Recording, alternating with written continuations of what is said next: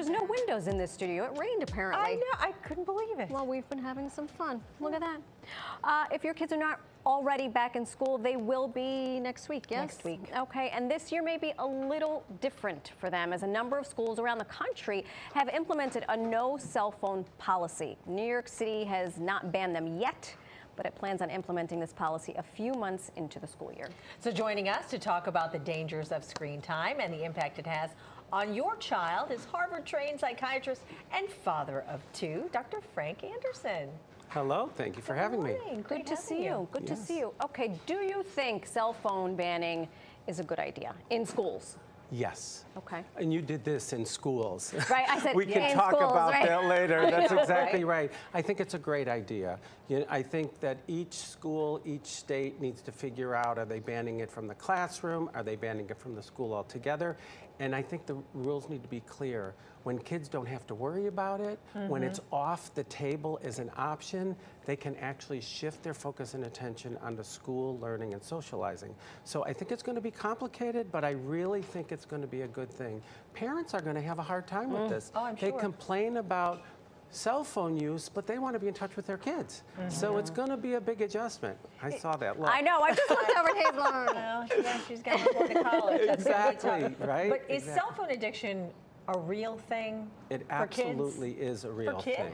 For kids, yes. Well, we know that these social media platforms pay their workers every time somebody picks up the phone. The like button, the notification buttons, actually release dopamine, a chemical in our brain, the seeking chemical. Wow. So every time we pick it up, dopamine hit gets released. It's the same mechanism that happens in addictions. All substances hijack our dopamine system. So it is a real phenomenon, and most of our kids are getting ADD-like symptoms because of the dopamine overstimulation without actually having ADD. I mean, I can say as a grown woman, as an adult, I know that I fall victim to being like, oh my gosh, I'll watch Simone Biles do that again. So for a developing mind, it must be worse.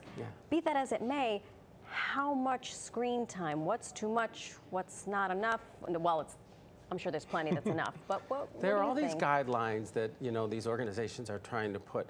There's 32% of kids between the ages of 7 and 9 are already having cell phone use. They're being exposed to sexual and violent images that young. Parents aren't aware of what kids get exposed to because kids are in their room watching this. Restrictions.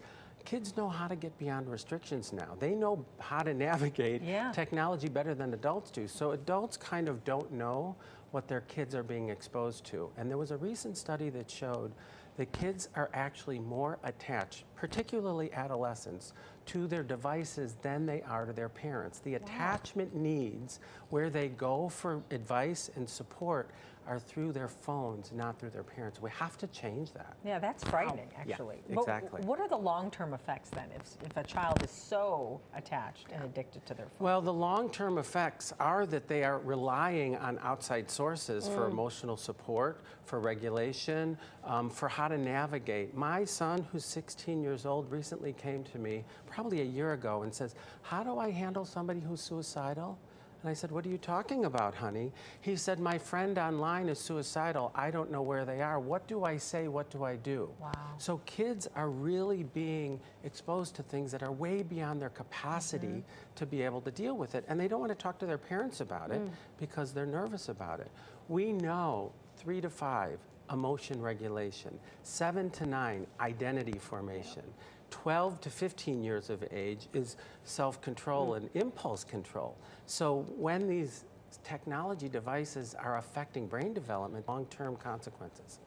They truly are. I mean, in my attempt to try to be optimistic, I think about this conversation that you had probably sooner than you wanted to with your son about mental health. Right. What do we as parents then do? Because communication is the best thing. 100%. But how do we compete with that thing? Connection and communication, right? Connection, if you keep the lines of communication open, it's so important.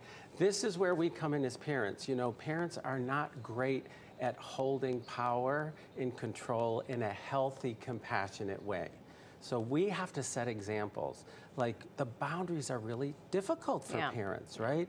There's this thing called nomophobia, is this fear of kids being withdrawn from their phone. Oh my gosh. Like when you take that phone away, they really flip out. they freak They out. freak out. Meltdown. Have yours. There's a thing Meltdown. about it. So I think about parents, family rules, right? Nobody has cell phone. Nobody, parents included, has cell phones at the dinner table. We have zone-free times. When we go out to dinner, when we have family activities, everybody puts, at the end of the day, 10 o'clock at night, everybody puts their phone in an area, right? So that it gets normalized, and you're gonna get pushback in the beginning. You're gonna get pushback, but just ride it through. Don't reward your kids with cell phone time. Yeah. That's really a problem. It gives them mixed messages, right?